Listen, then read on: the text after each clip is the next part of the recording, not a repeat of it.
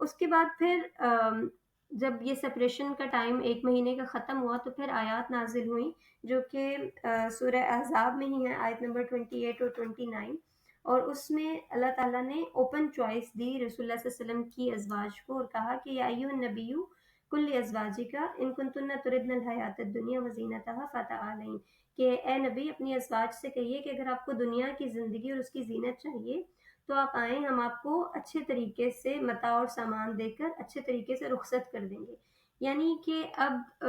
جو ازواج ہیں ان کے لیے جو احکامات آنے والے تھے وہ بہت ڈفرینٹ تھے، اور ہم آگے پڑھیں گے کہ وہ عام مسلمان خواتین کے لیے نہیں ہے، وہ خاص طور پہ ازواج کے لیے ہیں، اور ان کی نوعیت مزید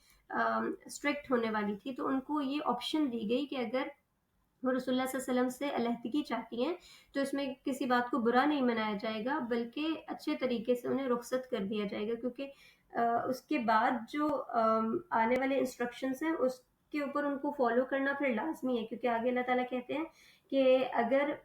یہ رسول اللہ صلی اللہ علیہ وسلم اور اللہ تعالیٰ کے فرما ان کنتن تردن اللہ و رسولہ، اگر وہ چاہتی ہیں کہ اللہ کے ساتھ اور اللہ کے رسول کے ساتھ رہیں اور آخرت کے گھر کی خواہش رکھتی ہیں، کیونکہ دنیا میں یہ سب کچھ تو نہیں ملے گا، تو یہ سب پھر خواہشات آخرت کے لیے چھوڑنی پڑیں گی، تو پھر اللہ تعالیٰ نے آخرت میں ان کے لیے بہت بڑا اجر عظیم تیار کر کے رکھا ہے۔ اور ساتھ ہی ان کو اس بات پہ بھی متنبع کر دیا گیا کہ اگر وہ کسی فحش یا کسی ایسے کام کا ارتکاب کرتی ہیں جو صحیح صریح گناہ کی صورت میں سامنے آتا ہے، اور خاص طور پہ فاحشہ، تو اس کے اوپر اللہ تعالیٰ کہہ رہے ہیں کہ ان کو دگنی سزا دی جائے گی عام عورتوں کے نسبت، اور اگر وہ اصلاح اور خیر اور نیکی کا رویہ اختیار کرتے ہیں تو ان کا اس کے اوپر اجر بھی ان کو زیادہ دیا جائے گا۔ تو پھر یہ ساری ڈیٹیلز ان کو پہلے چوائس دی گئی، اور اس کے بعد پھر جب انہوں نے اس کو ایکسیپٹ کیا کہ وہ رسول اللہ صلی اللہ علیہ وسلم کے ساتھ ہی رہنا پسند کریں گی، جیسے حضرت عائشہ سے آپ صلی اللہ علیہ وسلم نے کہا کہ آپ جائیں اور اپنے والدین سے مشورہ کر لیں کہ آپ میرے ساتھ رہنا چاہیں گی علیحدگی، تو وہ کہنے لگی کہ مجھے اس بات میں مشورے کی کوئی ضرورت نہیں ہے۔ تو یہ کوئی زبردستی ڈیسیژن ان پر نہیں ڈالا گیا تھا، رسول اللہ صلی اللہ علیہ وسلم کی لائف، ان کے مشن کو سامنے رکھتے ہوئے اور اس بات کو سامنے رکھتے ہوئے کہ وہ ایک رول ماڈل بننے جا رہی ہیں آگے خواتین کے لیے، تو ان کو چوائس دی گئی کہ اگر وہ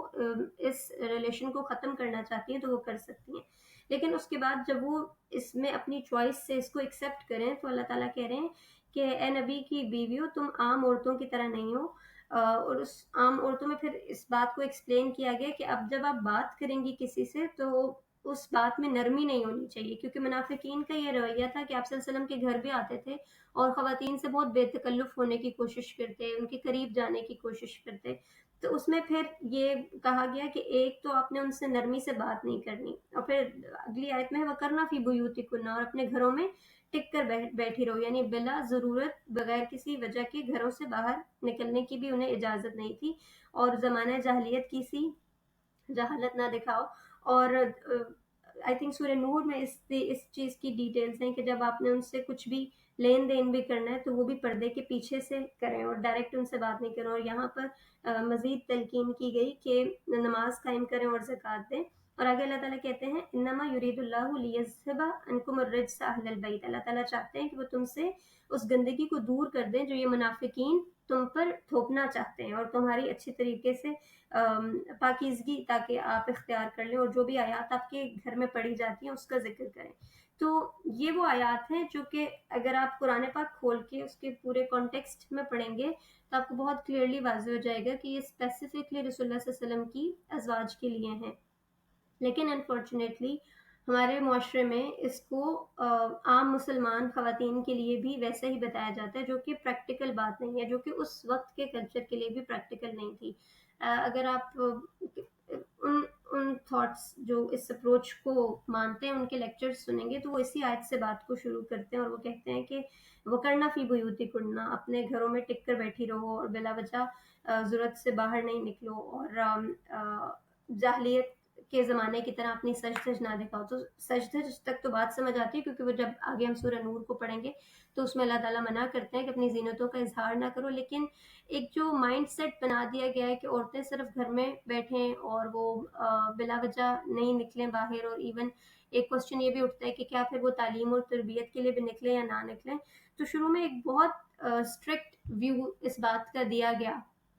کہ آپ کچھ بھی نہیں کر سکتے ہیں، بس آپ کو گھر میں بیٹھنا ہے اور یہی آپ کا مقام اور یہی آپ کی جگہ ہے۔ جبکہ یہ اسپیشل انسٹرکشنز جو ہیں وہ رسول اللہ صلی اللہ علیہ وسلم کی ازواج کے لیے تھی۔ اس زمانے کی باقی خواتین